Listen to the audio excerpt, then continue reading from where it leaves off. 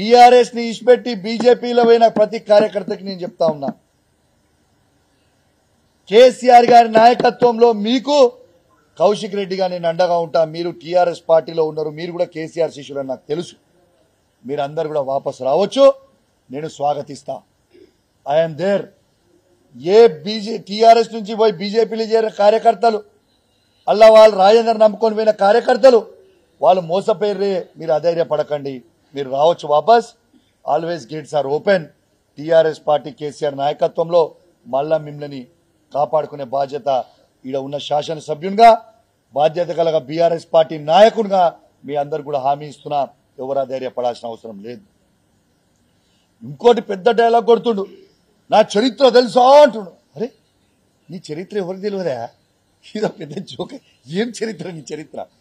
నీ చరిత్ర ఒక మోసపు చరిత్ర. నువ్వు ఒక మోసగానివి. ఆ చరిత్ర చెప్తా ఇను, మంచిగా చెప్తా. నీ చరిత్ర తెలుసా అను. నీ చరిత్ర ఏందో నేను చెప్తా, మంచిగా ఇను. ఈయన ఏం చేస్తుండే? గుడ్లు అమ్ముకుంటుండే. ఇలా గుడ్లు అమ్ముకునేటోడు ఏ స్థాయికి ఎదిగిందంటే బంగారు గుడ్లు అమ్ముకునే స్థాయికి ఎదిగిపోయింది. మరి ఇదేదో నువ్వు బంగారు గుడ్డు అమ్ముకునే స్థాయికి వెళ్ళింది మాకు కూడా ఆ లాజిక్ చెప్తే, ఆ లాజిక్ మన గుడ్ల ఫామ్లు ఉన్న వాళ్ళందరికీ చెప్తాం. ఆ లాజిక్ గుంట భూమి. నీ చరిత్ర ఏంది? నార్మల్ గుడ్ల నుంచి బంగారు గుడ్లు అమ్ముకునే స్థాయికి పోయినావు.